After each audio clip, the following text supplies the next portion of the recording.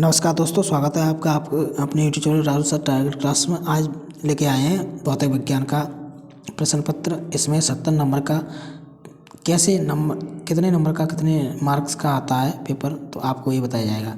तो खंड आते दो, खंड का और खंड का 35 नंबर और खंड का 35 नंबर। तो देखिए किस यूनिट से कितने नंबर का पेपर आता है।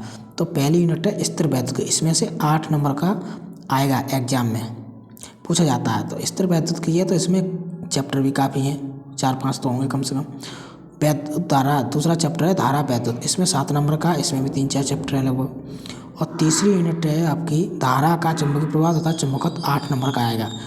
और इसके बाद है चौथी यूनिट है वैद्युत चुंबकीय प्रेरण तथा प्रत्यावर्ती धारा, इसमें भी 2-3 चैप्टर है, तो ये 8 नंबर की। एक है लास्ट वाला वैद्युत चुंबकीय तरंगें, इसमें एक ही चैप्टर है आपका, तो 4 नंबर का। तो आपको कम समय में पढ़ना कितना है वो आपको बताया जाएगा।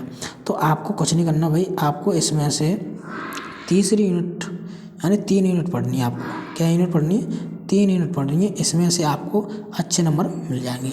यानी तीसरी चौथी पाँचवीं यूनिट आपको सबसे सरल है, क्योंकि चैप्टर भी कम है और नंबर भी ज़्यादा है। तो आप पढ़ते रहते हैं पहली दूसरी यूनिट, यहाँ से चैप्टर ज़्यादा नंबर कम है, इसलिए आपका कहते हैं आप पेपर नहीं फंसा है। लेकिन पेपर तभी फंसेगा जब आप पढ़ेंगे। शुरुआत में कोई भी टीचर पढ़ाएगा क्लास में या कोचिंग में, तो वो शुरुआत के ही यूनिट करा पाता है, तो आपको लगता है यही आता है, लेकिन जबकि उतना नहीं है पूछा जाता वहाँ से।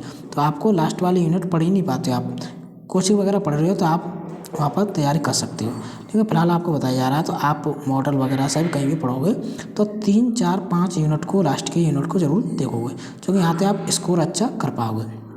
कम चैप्टर हैं यूनिट में, कम चैप्टर हैं, इसलिए यहाँ अच्छा स्कोर पाओ।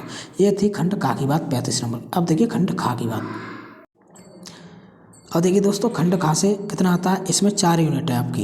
एग्जामिनर बाय बाय लेता है तो यहाँ पे यूनिट भी पूछ लेता है, खंड खा में कितनी यूनिट है, खंड खा से, ये भी आपको बेसिक चीज़ें पता होनी चाहिए। तो प्रकाश की पहली यूनिट है प्रकाश, इसमें लगभग 9 चैप्टर हैं आपकी। फिजिक्स में देखो 13 नंबर की आती है। तो आप इसमें जब देखोगे तो आपको काफ़ी पढ़ना होता है उसमें। और ये 10th स्टैंडर्ड के लगभग सेम है, जो 10th क्लास में आपने पढ़ा था वही प्रकाशक यूनिट से।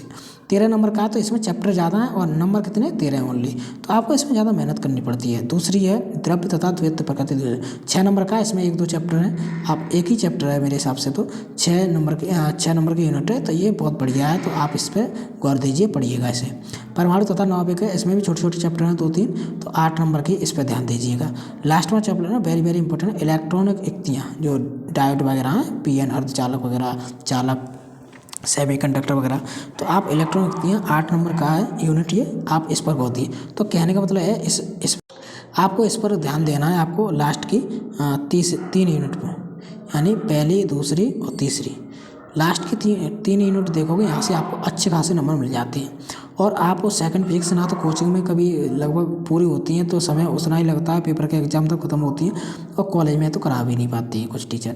तो कहने का मतलब है भाई, आपको जो पढ़ना है अपने घर पे कहीं भी पढ़ो, तो आपको इन चैप्टर खंड खास से तो जरूर पढ़ना है। इसमें न्यूमेरिकल भी कम होते हैं और आपको थ्योरेटिकल ही ज़्यादा है, थ्योरेटिकल से ही पूछा जाता है, डेरिवेशन वगैरह हल्के कुछ। तो आप 35 नंबर आसानी से कर सकते हैं। जिसने कुछ नहीं पढ़ा है अभी तक, तो आपको कुछ नहीं पढ़ना। आपको बेटा शीर्षक यानी यूनिट फर्स्ट खंड का से आपको यूनिट 3-4-5 पढ़नी है, और खंड का से आपको तीसरी चौथी यूनिट तो पढ़नी है, 8-8 नंबर की है, और एक चैप्टर है इसमें से।